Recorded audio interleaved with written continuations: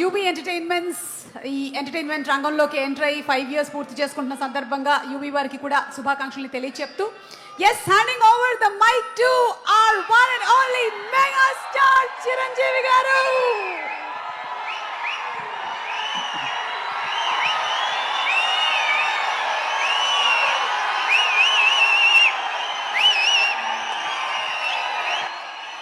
Thank you.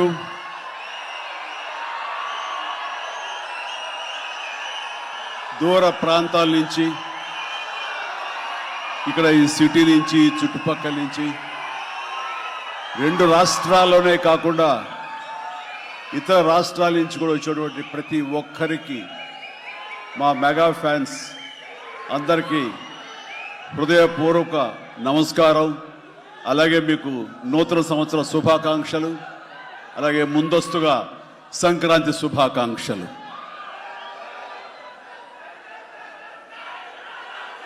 ఇక్కడ నా మిత్రుడు, సోదర సమానుడు, అత్యంత ఆప్తుడు వెంకీ, ఆయనతో చేయటం అన్నది నాకు చాలా ఎగ్జైటింగ్ ఉంది. దాని గురించి తర్వాత మాట్లాడతాను. ముందుగా ఏంది వెంకీ సంగతి అంటే అదిరిపోద్ది సంక్రాంతి అని, ఏంది బాసు సంగతి అంటే మనదే కదా సంక్రాంతి అని, ఎరగదిద్దాం సంక్రాంతి అని అంటాం. ఇక్కడ ఈ సందర్భంగా ప్రత్యేకించి మనదే కదా సంక్రాంతి, ఎరగదిద్దాం సంక్రాంతి అనేది కేవలం మన శంకర వరప్రసాద్ గారిదే కాదు. ఈ సంక్రాంతి మొత్తం మన తెలుగు పరిశ్రమది అవ్వాలని మనస్ఫూర్తిగా కోరుకుంటున్నాను. అందరికీ డార్లింగ్, ఇందా మన అనిల్ చెప్పినా, ఎవరు చెప్పినా, ప్రభాస్ రాజా సాబ్ కానీ, అన్నయ్య అంటూ ఆప్యాయంగా పిలిచే నా తమ్ముడు రవితేజ సినిమా కానీ, అలాగే మా ఇంట్లో సరదాగా తిరుగుతూ చిన్నప్పటి నుంచి పెరిగినటువంటి శర్వానంద్, నారి నడుమ మురారి కానీ, నాకు గురువుగా నన్ను భావిస్తూ నా శిష్యుడిగా ఉన్న నవీన్ పోలిశెట్టి, వీళ్ళందరి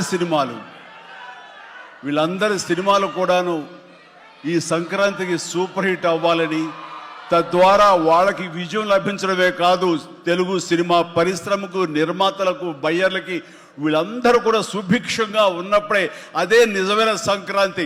ఆ సంక్రాంతి కావాలనే కోరుకుంటున్నాం, జరుగుతుందని ఆశాభావన వ్యక్తం చేస్తారు. అది మీరు ఇచ్చి తీరుతారన్నటువంటి ప్రగాఢ నమ్మకం అయితే నాకు ఉన్నది. ఈ 2026 సంక్రాంతి తెలుగు పరిశ్రమ మర్చిపోకూడదు. అలాంటి సంక్రాంతి మీరు మాకు ఇవ్వాలి. ఎందుకంటే ఇక్కడ ప్రతి cinema comedy genre, family genre తోటి, ఎంటర్టైన్మెంట్ జోనర్ తోటి పర్ఫెక్ట్ సంక్రాంతికి వచ్చే సినిమాలు ఇవన్నీ, సంక్రాంతికి నచ్చే సినిమాలు ఇవన్నీ. కాబట్టి ఈ సంక్రాంతి అన్ని సినిమాలు బాగా ఆడతాయి అనుకుంటున్నాను. ఆడేలా చేసే బాధ్యత మీది.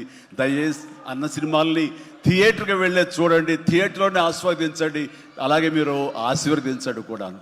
ఆల్ రైట్, ఇక అది ఆ పక్కన పెడితే, చాలా కాలం క్రితం మా దర్శకేంద్రుడు రాఘవేంద్ర గారు ఎప్పుడో మాట్లాడుతుండేవారు, బాబాయ్ నీకు అనిల్ రావుపూడి సినిమాలు ఎన్ని చూసావో తెలియదు కానీ అతని కామెడీ టైమింగ్ కానివ్వండి, అతను హుషారు కానివ్వండి, చూస్తుంటే నాకు మళ్ళీ మీతోటి అతను చేయగలిగితే ఆ ఇద్దరి కాంబినేషన్లో వచ్చేటటువంటి సినిమా అసలు వేరే లెవెల్లో ఉంటుంది. ఐ విష్ మీరు త్వరగా చేయాలని, కలవాలని నేను కోరుకుంటున్నాను. అది ఎప్పుడు వస్తుందో ఏంటో తెలియదు. ఎన్నో సంవత్సరాల క్రితం అన్నారు, కానీ సరిగ్గా ఈ సంవత్సరం బిగినింగ్లోనే ఆయన చేతుల మీదుగానే క్లాప్ కొట్టి ఈ సినిమా ప్రారంభించారు. అది ఆయన మనసులో మాట, ఇది పెద్ద సూపర్ హిట్ అవ్వాలి అని చెప్పేసి. ఎందుకంటే ఆయన కామెడీ లైక్ చేస్తారు. ఆయన సినిమాల్లో ఘరానా మొగుడు ఎంత విజయం సాధించిందో అలాంటి విజయం సాధించాలి ఈ సినిమా అంటూ ఆయన ఎన్నోసార్లు నాతో చెప్పుకుంటూ వచ్చారు. ఎన్నోసార్లు సెట్కి రావాలి నన్ను పిలవేంటని కూడా మరి అడిగారు, మనమే పిలవలేదు. ఆయన ఎవరైనా హీరోయిన్లు ఉన్నప్పుడు మాత్రమే వస్తాను, ఏదైనా హుషారుగా వస్తుంది అంటుంటారు ఆయన. అది కుదరలేదు ఎందుకో. బట్ ఏమైనా సరే ఈ సినిమా కథ కుదిరింది అని సంక్రాంతికి వస్తున్నాం తర్వాత అనిల్ రావుపూడి నా దగ్గరకు వచ్చి కథాంశం చెప్పినప్పుడు చాలా బాగుంది, ఫ్యామిలీ టచ్ ఉంది, సెంటిమెంట్ ఉంది, చిన్నపిల్లలతో నాకు అటాచ్మెంట్ ఉంది, చాలా హృదయంగా ఉంది, హార్ట్ టచింగ్ సీన్స్ ఉన్నాయి. ఇలాంటి సినిమాకి ఆ కామెడీ జోనర్ సినిమా కలిస్తే కనుక నీ స్టైల్లో చాలా బాగుంటుంది. నాది ఒక ఎస్పీజీ క్యారెక్టర్ కాబట్టి ఇది నేను కొంచెం వైవిధ్యంగా డిఫరెంట్గా చేస్తే కనుక డెఫినెట్లీ బాగుంటుంది. డిజైన్ చేద్దామంటే అస్సలు వైవిధ్యం వద్దండి. మీరు ఏ సినిమాలు అయితే గతంలో చేశారో, ఏ దొంగ మొగుడు, ఘరణ మొగుడు, రౌడీ అల్లుడు, అన్నయ్య, ఇలాంటి సినిమాలు ఏవైతే ఉన్నాయో, ఇది చంటబ్బాయి, నాకు అలా ఉంటే చాలు. ఎందుకంటే అలాంటివి అప్పట్లో జనం చూశారు, వాళ్ళందరూ ఇప్పుడు చాలా పెద్దవాళ్ళు అయిపోయారు, వాళ్ళకి అది గత స్మృతులు, చాలా తీపి జ్ఞాపకాలు. ఇప్పుడున్న జనరేషన్ మీరు అవి ఎలా చేస్తారో కూడా వాళ్ళకి వాళ్ళకి ఏమీ తెలియకపోవచ్చు. కానీ అది ఇది తెలిసిన మధ్యలో పుట్టి మాలాంటి వాళ్ళం అది మళ్ళీ ఈ జనరేషన్ గుర్తు చేసి మీరంటే ఏమిటో తెలియచెప్పాలన్న నా ప్రయత్నానికి మీరు చెయ్యాలి. ఆ విధంగా నేను అన్నందుకు ఐ థింక్ ఓకే ఇంకా అలా చేయటం అంటే కనుక అది నాకు కేక్ ఒకటే మీతో అలా చూడాలి నా కోరిక. అంటూ ఎప్పుడెప్పుడు సినిమాల్లో ఏవేమి సీన్స్ ఉన్నాయో అవన్నీ కూడా పొందుపరిచి ఒక క్యాప్సూల్లా చేసి ఆయన దాన్ని ఫోన్లో పెట్టుకునేవారు. ఏదైనా ఒక సీన్ ఉంటే కనుక ఈ సీన్ని ఈ సినిమాలో ఉన్న ఈ కామెడీ టైమింగ్తో దీన్ని నేను కన్సీవ్ చేశాను, అలా మీరు చేయాలని.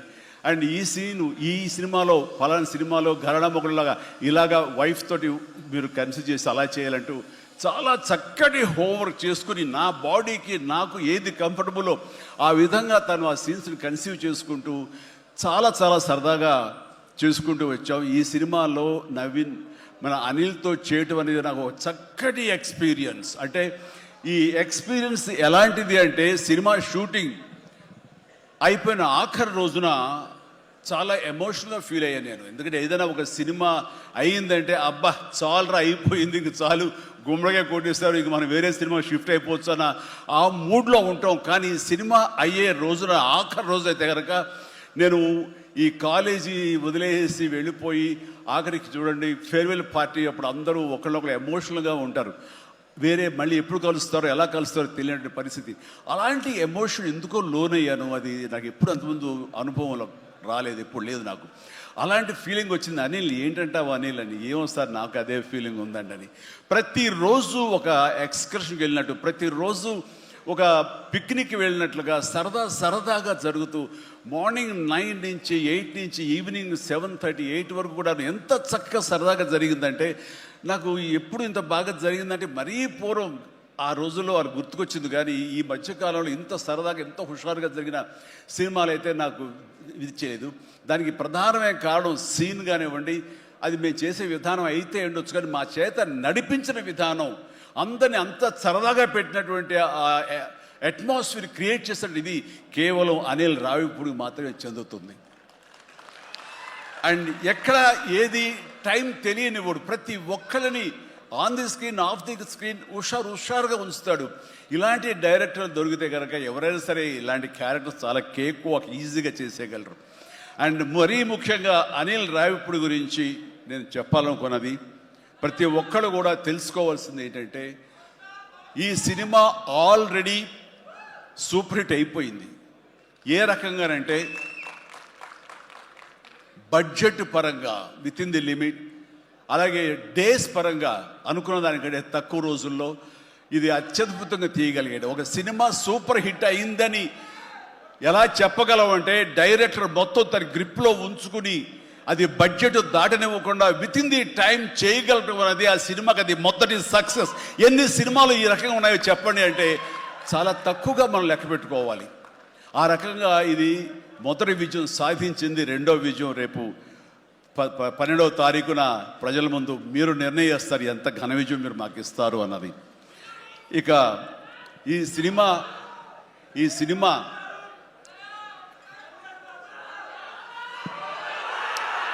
ఓకే, ఇక ఈ సినిమాలో నేను నెక్స్ట్ చెప్పుకోదగిన వ్యక్తి వెంకటేష్, నా బ్రదర్.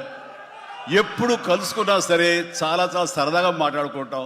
ముఖ్యంగా ఇప్పుడు మీ ముందు తమాషాగా కామెడీగా హుషారుగా మాట్లాడినా సరే అతనితో 1-to-1 కూర్చుంటే చాలా ఫిలసాఫికల్గా ఇన్ డెప్త్ ఇంతటి డెప్త్ వ్యక్త వెంకటేష్. అందుకైనా ప్రతి ఒక్కరు ఎంత పాజిటివ్ మనిషి, పాజిటివ్ వైబ్స్ ఉంటాయి ఆ మనిషి చుట్టూరు అంటుంటారు. నిజంగా అతనితో టైం తెలియదు మనకి. ఎంతో తన ఏజ్కి మించినటువంటి విషయాలు తెలియజేస్తూ జీవితం యొక్క పరమావధి ఏంటి, జీవితం ఎలా ఉండాలి, ఎంత పీస్ఫుల్గా ఉండాలి చెబుతుంటే కనుక నాకు మోడర్న్ డ్రెస్ వేసుకున్న చిన్న సైజు గురువులాగా అనిపిస్తుంటాడు వెంకటేష్. నిజం.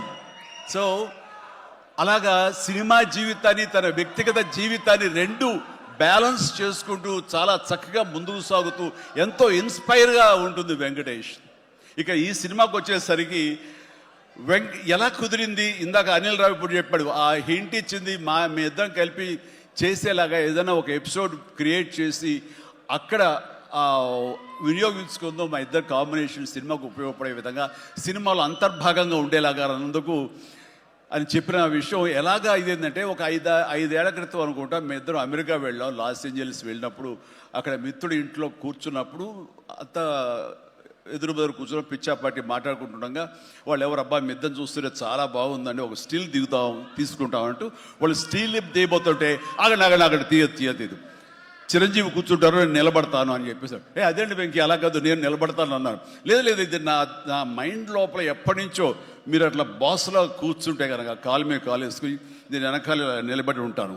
ఇది ఒక మంచి స్టోరీకి స్టిల్ లీడ్ అవ్వాలి అంటే మన హాలీవుడ్ గాడ్ ఫాదర్ చూసారా, మెర్లిన్ బ్రాండో అండ్ ఆల్ పాచినో అలాంటి క్యారెక్టరైజేషన్స్. వెంకీ నువ్వు వెళ్ళి వాడు నరుకురా అంటే నువ్వు వెళ్ళి మ్యాస్గా నరికి వచ్చేస్తాను అంటే తనకి ఎప్పటి నుంచి ఉందో అలాంటి జోనర్ సినిమా చేయాలి, మా ఇద్దరు కాంబినేషన్లో చేయాలన్న కోరిక ఉందో ఆయన వ్యక్తపరిచేసరికి నేను చాలా ముచ్చటపడిపోయాను. అదేవిధంగా స్టిల్స్ కూడా మేము దిగాము, అది ఎవరు లీక్ చేస్తారో నేనైతే లీక్ చేయలేదు, అది బయటకు వెళ్ళిపోయింది ఆ స్టిల్స్. అండ్ అలాగా అది నా మైండ్లో పడేసరికి అప్పటి నుంచి ఈ అవకాశం ఈ సినిమాలో వస్తుంది. ఆల్రెడీ వెంకీతోటి తన మంచి సినిమా ఇచ్చాడు అనిల్ రావుపూడి, తను మాత్రమే ఇద్దరిని జస్టిఫై చేయగలడు, ఇద్దరికి న్యాయం చేయగలడు అనే ఉద్దేశంతో నేను తనకి హింట్ ఇచ్చినందుకు దాన్ని అత్యద్భుతంగా డిజైన్ చేశాడు. ఎలాగంటే ఇద్దరు దీంట్లో చెప్పలేవే లీక్ చేస్తాను భయంగా ఉంది, ఎందుకంటే ఇలా వదిలేస్తే మొత్తం స్టోరీ అంతా డైలాగ్ చెప్తాను నేను, అది బాగుండదు, మీకు అక్కడ థియేటర్లో చూసి ఎంజాయ్ చేయండి.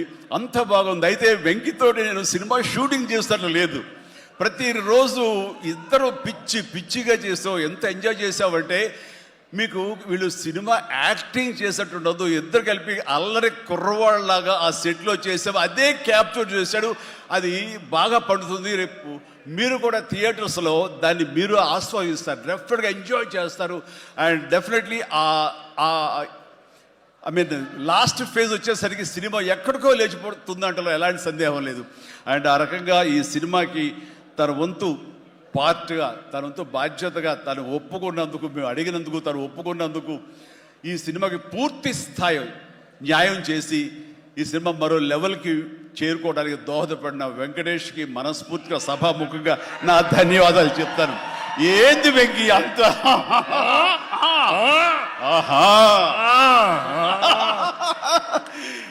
ఇదే సరదా. అండ్ నేను చాలా చెప్పను, కానీ సినిమా చూస్తే కనుక నేను ఎంత చెప్పినా సరే తక్కువే అవుతుంది, మీరు ఎంత ఊహించుకున్నా సరే అది తక్కువే అవుతుంది.